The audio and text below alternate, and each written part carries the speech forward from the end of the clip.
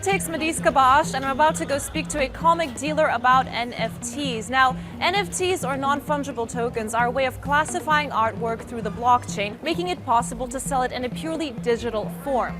The comic book industry would be an obvious winner in this, one would assume, but that's not the case, as Marvel and DC have clamped down on sales of NFTs with their characters. So the comic book industry is predominantly made up of Marvel and DC. So Marvel and DC are the two big players because they own the majority of the IPs that you'll see on TV. So the majority of artists and creators that become big in the industry ultimately will have some dealings with Marvel and DC. And do they pay well? That's very dependent on the individual.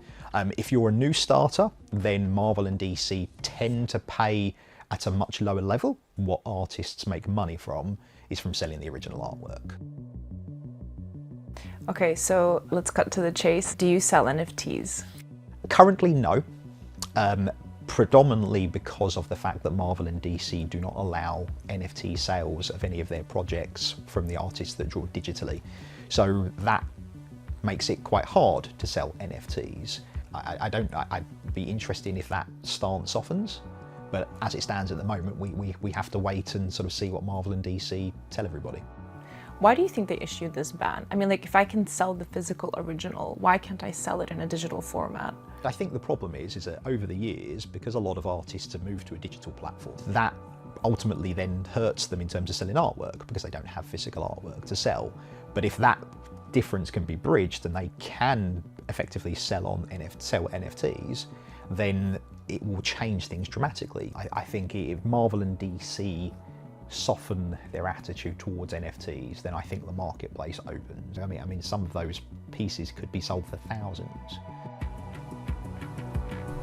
As we left the Brixton warehouse, it became evident that NFTs are a new frontier.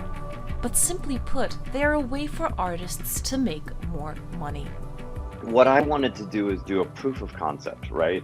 The only way I could show to do that was to burn my own artwork, which in its own way was very cathartic. It sold for $182,000. When I saw that, I'm sitting and watching the auction and I was just like, what? And what do you think is the potential of NFTs in the comic industry? A new market like this allows them to not only create, but to tap into other monies. And it also breaks the chains of traditional paychecks. So Marvel and DC aren't very happy with this whole NFT situation.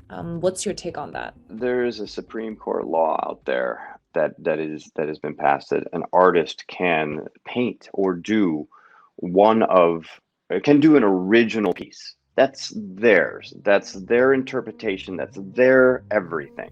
After speaking to artists and dealers in the US and the UK, I wanted to find out just how important NFTs will be in the arc of comic history.